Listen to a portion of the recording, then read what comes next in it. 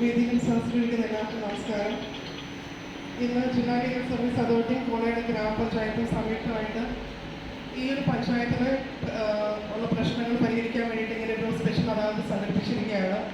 പരാതിക്കാരായിട്ടും എതിർകക്ഷികളായിട്ടും ഇവിടെ എത്തിച്ചിരിക്കുന്ന ഓരോരുത്തരെയും ഞാൻ ഇതിലേക്ക് സ്വാഗതം ചെയ്യുന്നു. ഇത് കോടതിയുടെ ഭാഗമായിട്ട് നടത്തുന്ന അദാലത്താണെങ്കിലും കോടതിയുടെ വലിയ ചിട്ടവട്ടങ്ങളോ ഒന്നും ഇവിടെ ഉണ്ടാവില്ല. ഒരു മേശയ്ക്ക് ചുറ്റും ഇരുന്ന് പരാതിക്കാരും എതിർകക്ഷിയും സംസാരിക്കാൻ ഒരു അവസരം ഉണ്ടാക്കുക എന്നാണ് ഈ ഒരു അദാലത്തിൻ്റെ ഉദ്ദേശം. നിങ്ങൾ സംസാരിക്കുക, നിങ്ങൾക്ക് ഏറ്റവും ഉചിതമായ ഒരു തീരുമാനത്തിൽ എത്തിച്ചേരാൻ നിങ്ങൾ സഹായിക്കുക എന്നുള്ളതാണ് ഞങ്ങളുടെ കർത്തവ്യം. അങ്ങനൊരു സഹായം നിങ്ങളൊരു സെറ്റിൽമെൻറ്റ് എത്തിച്ചേരുമ്പോൾ അതിന് നിയമത്തിൻ്റെ പ്രാബല്യം കൊടുക്കുക. നമ്മൾ സാധാരണ കോടതിയിൽ കേസ് കൊടുക്കുമ്പോൾ ഒരു ജഡ്ജ്മെൻറ്റ് കിട്ടുന്നത് പോലെ ഇവിടെ നിങ്ങളുടെ പരാതികൾ ഒത്തുതീർത്ത് കഴിഞ്ഞിട്ടുണ്ടെങ്കിൽ അതിൻ്റെ ആ സെറ്റിൽമെൻറ്റ് അവാർഡ് എന്ന് പറയുന്ന ഫോമിനകത്ത് എഴുതി നിങ്ങളും വക്കീലും ജഡ്ജിയും ഒപ്പിട്ട് കഴിഞ്ഞിട്ടുണ്ടെങ്കിൽ അതൊരു ഫൈനൽ ഓർഡറായി തീരും. ഒരു ജഡ്ജ്മെൻറ്റിനേക്കാളും വിലയുള്ള ഒരു സംഗതി തന്നെയാണത്. അതിനെതിരെ സാധാരണ കോടതിയിൽ നമ്മൾ കേസ് പോകുമ്പോഴത്തേക്കും അപ്പീലും അതിൻ്റെ മുകളിൽ എടുത്ത സെക്കൻഡ് അപ്പീലൊക്കെ കൊടുക്കുന്ന പോലെ ഇതിൻ്റെ നേരിടുന്ന വേറെ അപ്പീലിനുള്ള സ്കോപ്പുകളില്ല. അപ്പോൾ നമ്മൾ ഇന്ന് അത് ഇങ്ങനെ ഒരു പ്രശ്നം പരിഹരിച്ച് അവാർഡ് ഫോമിൽ ഒപ്പിട്ട് കഴിഞ്ഞിട്ടുണ്ടെങ്കിൽ അവാർഡ് ഫോമിൽ ഒപ്പിട്ട് കഴിയുന്ന അടുത്ത സെക്കൻഡ് മുതൽ അതിന് നിയമത്തിൻ്റെ സാധ്യത ലഭിച്ചു കഴിഞ്ഞു. അത് എക്സിക്യൂട്ട് ചെയ്യുക, അത് നടക്കും. അപ്പോൾ ഏറ്റവും ബേസിക്കായിട്ട് വേണ്ടത് ഒരുപക്ഷെ വർഷങ്ങളായിട്ടുണ്ടായിരുന്ന പരാതികളായിരിക്കാം, അല്ലെങ്കിൽ ഈയിടെ തുടങ്ങിയ പരാതികളായിരിക്കാം. ഒരു ചെറിയ വിട്ടുവീഴ്ച മനോഭാവത്തോട് കൂടിയിട്ട് ഇവിടെ നമ്മൾ പല തെളിവുകളോ വേറൊന്നുമല്ല നോക്കുന്നത്. അപ്പോൾ വിട്ടുവീഴ്ച മനോഭാവത്തോടു കൂടി മാത്രം ഈ ഒരു അദാലത്തിനെ നിങ്ങൾ സമീപിക്കുക. അങ്ങനെയാണെങ്കിൽ ഇവിടെ വന്നിരിക്കുന്ന ഓരോരുത്തർക്കും ഇതിനകത്ത് ഇവിടെ പ്രശ്നങ്ങൾക്ക് പരിഹാരം ലഭിച്ച് നിങ്ങൾക്ക് സന്തോഷത്തോടെ വീട്ടിൽ ചെല്ലാൻ പറ്റും. അതുകൊണ്ട് ആ ഒരു മനോഭാവത്തോടുകൂടി നിങ്ങൾ ഇതിനെ സമീപിക്കുക. സംസാരിക്കുമ്പോഴും കുറച്ച് വിട്ടുവീഴ്ചകളൊക്കെ നടത്തുക. ഇന്നത്തെ ദിവസങ്ങളിലൊക്കെ പല സ്ഥലങ്ങളിലും അദാലത്ത് ഉണ്ടാകുന്നു. ചെറിയ പ്രശ്നങ്ങൾക്ക് പോലും എന്താ പറയുക, വീട്ടിലേക്ക് വീഴുന്ന പ്രശ്നമായിരിക്കും, പക്ഷെ സംസാരവും കാര്യമാണെങ്കിൽ വലിയ യുദ്ധം നടക്കുന്ന പോലത്തെ ഒരു ഫീലിംഗ് ആയിരിക്കും. അതുകൊണ്ട് കുറച്ച് വിട്ടുവീഴ്ചകളൊക്കെ നടത്തിയിട്ട് നമുക്ക് ഇവിടെ തന്നെ പ്രശ്നമൊക്കെ സോൾവ് ചെയ്ത് പോകാൻ പറ്റും. ആ ഒരു മനോഭാവത്തോടുകൂടി തന്നെ ഇത് സമീപിക്കാൻ നോക്കുക. നിങ്ങളുടെ എല്ലാവരുടെയും പ്രശ്നങ്ങൾക്ക് ഒരു സൊല്യൂഷൻ നിന്ന് പറ്റട്ടെ എന്ന് ആശംസിച്ചുകൊണ്ട് ഞാൻ നിർത്തുന്നു. നന്ദി, നമസ്കാരം.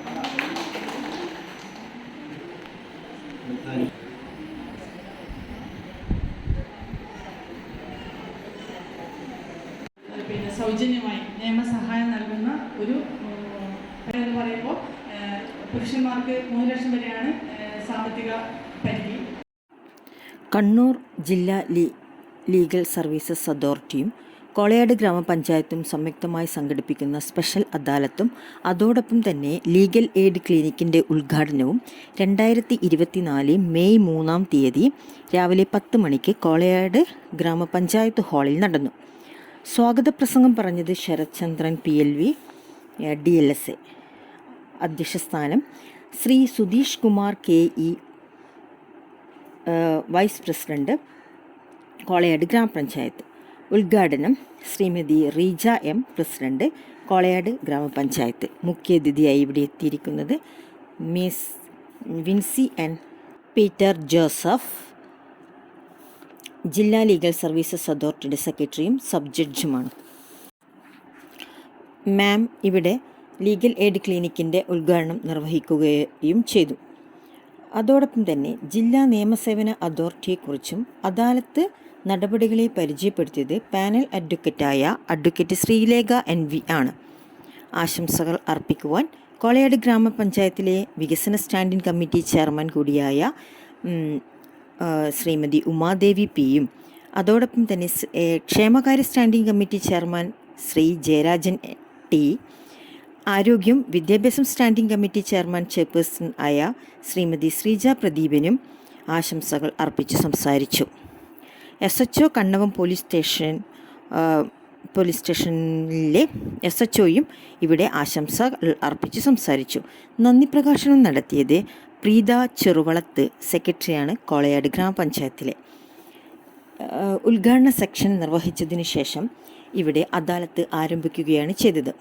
സെക്ഷനായി തരംതിരിച്ചിട്ടുള്ള അദാലത്തുകളായിരുന്നു KSEB, വാട്ടർ അതോറിറ്റി, പൊതുകാര്യം, പഞ്ചായത്ത്. ഇങ്ങനെ ഇതിന് വേണ്ടിയിട്ട് പാനൽ അഡ്വക്കേറ്റായ ശ്രീലേഖ എൻവിയുടെ കൂടെ തന്നെ അഡ്വക്കേറ്റ് ലിസ് മേരിയയും കൂടി അദാലത്തിൻ്റെ ഭാഗമായിട്ടുണ്ട്. 63 പരാതികളാണ് കോളയാട് ഗ്രാമപഞ്ചായത്തിൽ നിന്ന് കിട്ടിയത്. അതിൽ 5 എണ്ണം തീർപ്പായി, 2 എണ്ണം ലീഗൽ എയ്ഡിന് നൽകി. PLVമാരായ ബീന KP, ശരത് ചന്ദ്രൻ, ആശാലത, ദീപ, ബിന്ദു AK, ലളിത, സന്ധ്യ, ജൂഡി ദേവിദാസ് എന്നിവർ സന്നിധരായിരുന്നു.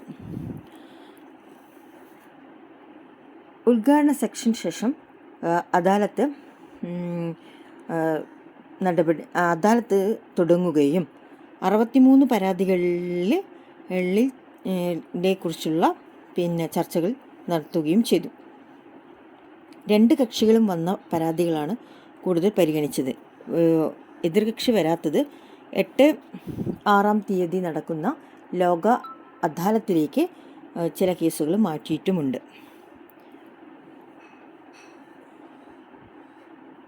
2024 മെയ് 3 രാവിലെ 10 മണിക്ക് കോളയാട് ഗ്രാമപഞ്ചായത്തിൽ നടന്ന അദാലത്ത് വൈകുന്നേരം 4 മണി കഴിഞ്ഞതിന് ശേഷം അവസാനിക്കുകയും ചെയ്തു. കോളയാട് ഗ്രാമപഞ്ചായത്തിൽ 20ാമത്തെ സ്പെഷ്യൽ അദാലത്താണ് നടന്നുകൊണ്ടേയിരിക്കുന്നത്. ജില്ലാ ലീഗൽ സർവീസസ് അതോറിറ്റി സെക്രട്ടറി സ്ഥാനത്ത് നിന്നും മിൻസി മാം എറണാകുളം നോർത്ത് സബ് ജഡ്ജിയായിട്ട് മാറ്റം കിട്ടിയിട്ടുണ്ട്. അപ്പോൾ 2 വർഷത്തോളമായി ജില്ലാ ലീഗൽ സർവീസസ് അതോറിറ്റിയുടെ സെക്രട്ടറിയായി തലശ്ശേരിയിൽ പ്രവർത്തിച്ചു വരുന്നുണ്ട്. അപ്പോൾ മാഡത്തിൻ്റെ അവസാനത്തെ അദാലത്ത് ഇതല്ല, ഇനിയും ഒരു 3 അദാലത്തും കൂടി മാഡം സംഘടിപ്പിച്ചിട്ടുണ്ട്. അപ്പോൾ കോഴിക്കോട് മജിസ്ട്രേറ്റ് ആയിരിക്കെയാണ് ഡെപ്യൂട്ടേഷനായിട്ട് തലശ്ശേരി ലീഗൽ സർവീസസ് അതോറിറ്റി സെക്രട്ടറിയായി എറണാകുളം സ്വദേശിനിയായ മിൻസി ആൻഡ് പീറ്റർ ജോസഫ് നിയമിതയാകുന്നത്. നീതി വീട്ടുപടിക്കൽ എന്ന സന്ദേശവുമായി പ്രവർത്തിക്കുന്ന ജില്ലാ ലീഗൽ സർവീസസ് അതോറിറ്റിയുടെ സെക്രട്ടറിയായി നിയമിതനായ ശേഷം പയ്യന്നൂർ, തലശ്ശേരി, ഇരിട്ടി താലൂക്കുകളിൽ നിരവധി കേസുകൾ 2 വർഷം കൊണ്ട് പൂർത്തീകരിച്ചിട്ടുണ്ട്. സ്പെഷ്യൽ അദാലത്തുകൾ മാത്രമല്ല, കഴിഞ്ഞ വർഷം 24 മൊബൈൽ അദാലത്തുകൾ നടത്തിയിട്ടുണ്ട്. 3 മാസം കൂടുമ്പോൾ നാഷണൽ അദാലത്തും ജില്ലാ ലീഗൽ സർവീസ് അതോറിറ്റിയുടെ ഭാഗമാണ്. സ്പെഷ്യൽ അദാലത്തിൽ ഇതോടൊപ്പം തന്നെ 146 പരാതികൾ തീർപ്പാക്കാനായിട്ടുണ്ട്.